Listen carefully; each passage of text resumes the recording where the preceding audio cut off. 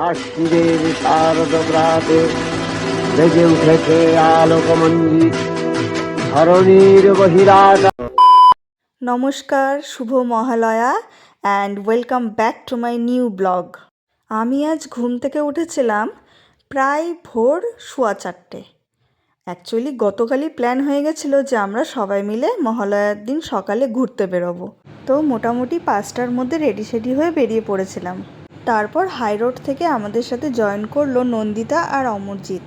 সুভাষগঞ্জের bypass রাস্তাটা ধরে আমরা যাচ্ছিলাম 4 লাইনের দিকে। চারিদিকে মিষ্টি একটা হাওয়া বইছিল আর বাতাসে ছিল পুজো পুজো গন্ধ।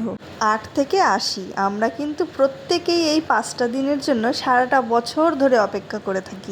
মহালয়ার মাধ্যমেই কিন্তু দেবীপক্ষের সূচনা হয়ে থাকে। সবাই জানলে একটু অবাকই হবে, আমি কিন্তু জন্মের পর থেকে এর আগে কখনোই মহালয়ার দিন সকালবেলা ঘুরতে বেরোইনি। হ্যাঁ, ছোটোবেলায় টিভিতে দেখতাম স্টার জলসা বা জি বাংলায় মহালয়া, কিন্তু এই বড় হওয়ার পর থেকে টিভিতে মহালয়া দেখাটাও প্রায় বন্ধই হয়ে গেছে। তারপর আর কি, 4 লাইনে দাঁড়িয়েই সবাই মিলে আড্ডা দিলাম, সেলফি তুললাম আর পুজো প্ল্যান সম্পর্কে আলোচনাটা করে নিলাম। তারপর মহালয়ার দিন ফাঁকা রাস্তায় দাঁড়িয়ে সানরাইজ দেখার অনুভূতিটাও প্রাণ ভরে উপলব্ধি করে নিলাম। ওই যে দূরে সূর্য জাস্ট উঠবো উঠবো করছে, কী যে ভালো লাগছিল তা ভাষায় প্রকাশ করা যাবে না।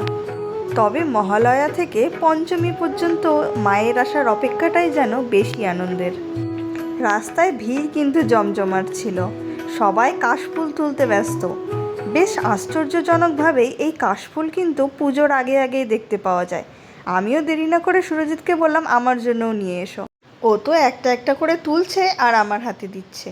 আমিও চটপট কিছু ভিডিও অ্যান্ড কিছু ফটো ক্লিক করে নিলাম।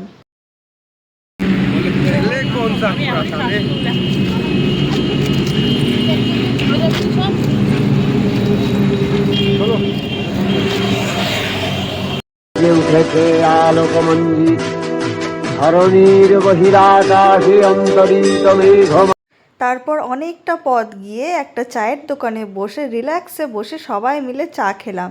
সেই চায়ের দোকানে লালটু এবং পায়েলের সাথেও আমাদের দেখা হয়ে গিয়েছিল। মহালয়ার সকালে এইভাবে সবাই মিলে একসাথে বসে চা খাওয়ার মজাটাই কিন্তু অন্যরকম। তারপর সকালের ব্রেকফাস্টটাও আমরা রাস্তাতেই সেরে নিয়েছিলাম, ডাল পুরি, চাটনি এবং ঘুগনি সহযোগে।